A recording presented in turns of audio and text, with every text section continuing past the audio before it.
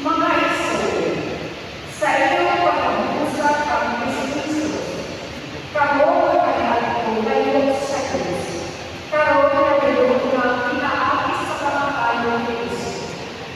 Kaya